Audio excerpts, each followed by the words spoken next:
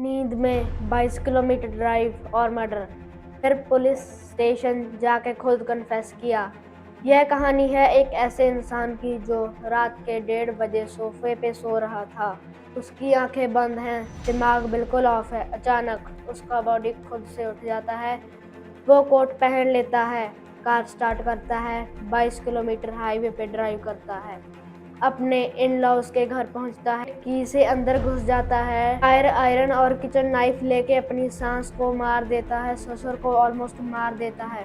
फिर खून से लथपथ होकर पुलिस स्टेशन जाता है और बोलता है, मैंने 2 लोगों को मार दिया, मुझे मदद चाहिए। सुबह उठा तो वो बोलता है, मुझे कुछ याद ही नहीं, मैं नींद में था। यह कोई हॉरर मूवी नहीं है, यह एक बिल्कुल रियल घटना है। यह है केनेथ पार्क्स का 1987 का कनाडा का केस। कोर्ट ने इसको माफ कर दिया, लेकिन ट्विस्ट यह है कि बाद में उसकी लाइफ में और भी शॉकिंग चीजें हुई हैं। इंडिया में भी ऐसा ही केस था पपथी अमल का। आज मैं पूरा एक्सपोज करूंगा साइंस के पीछे की बात, लॉ के एस्पेक्ट्स, हिडन फैक्ट्स, सब कुछ। लास्ट तक देखना, क्योंकि एंड में ट्विस्ट इतना बड़ा है कि आपका दिमाग हिल जाएगा।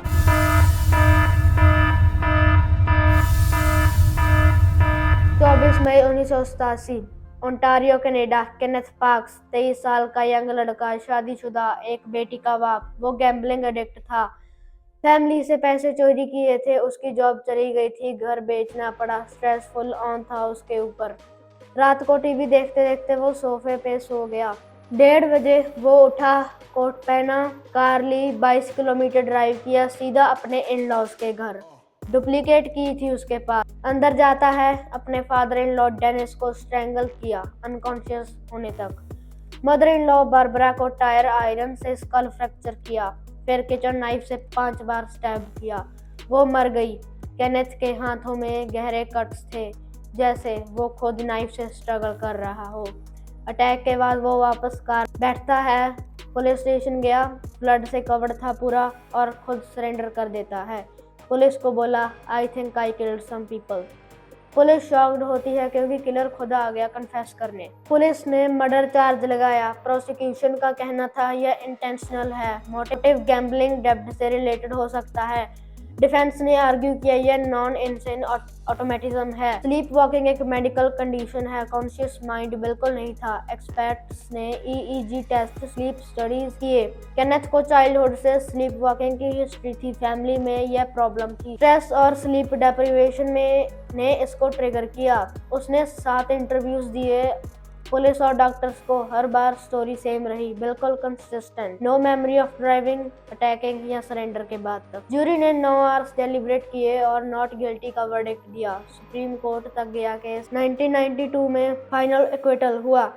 यह लैंडमार्क डिसीजन बना कनाडा में स्लीप वॉकिंग डिफेंस का। Sleep walking slow wave sleep में होता है। यह डीप स्लीप का स्टेज है जहां कॉन्शियस पार्ट ऑफ होता है लेकिन बॉडी एक्टिव रहता है। कॉम्प्लेक्स एक्शन हो सकते हैं जैसे ड्राइविंग करना, वेपन यूज करना, लेकिन जजमेंट बिल्कुल जीरो होता है। इसलिए वायलेंट इंसिडेंट्स रेयर हैं लेकिन पॉसिबल हैं। एक्सपर्ट्स कहते हैं कि स्लीप वॉकिंग में आईज ओपन रहते हैं, कोऑर्डिनेशन होती है लेकिन इमोशंस नहीं। इसलिए केनेथ ने अपने इन-लॉज को मारा जिनसे वो बहुत क्लोज था। नो मोटिव दिखा और स्लीप वॉकिंग वायलेंट केसेस में 1-2% ही होमिसाइड होते हैं। इंडिया में भी एक ऐसा ही ओल्डेस्ट केस है, 1957-1958, तमिलनाडु पपथी अमल।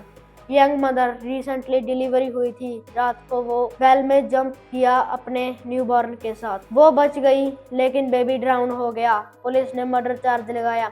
डिफेंस ने आर्ग्यू किया वो स्लीप वॉकर थी, सोमनबुलिज्म की पेशेंट थी। कोर्ट ने एक्सेप्ट किया एक्विट। यह मद्रास हाई कोर्ट का केस था। केनेथ पार्क्स एक्विट होने के बाद नॉर्मल लाइफ जी रहा था। उसके 6 बच्चे हुए, लेकिन 2006 में हेडलाइंस आई वो स्कूल ट्रस्टी इलेक्शन लड़ रहा था दुरहाम में। लोग शॉक्ड थे। स्लीप वॉकिंग किलर अब स्कूल बोर्ड में। फिर फ्रॉड केस था पहले से, लेकिन मर्डर के लिए वो फ्री था। उसने कभी और वायलेंट एपिसोड रिपोर्ट नहीं किया, सिर्फ कुछ बार बेड पे बैठना, मतलब कंडीशन कंट्रोल में थी। तो भाई यह केस सिखाता है कि दिमाग कितना डेंजरस हो सकता है। अगर तुझे या फैमिली में स्लीप वॉकिंग है, डॉक्टर से चेक करा, बेडरूम सेफ बना। कमेंट में बता क्या तू रात में वियर्ड चीजें करता है।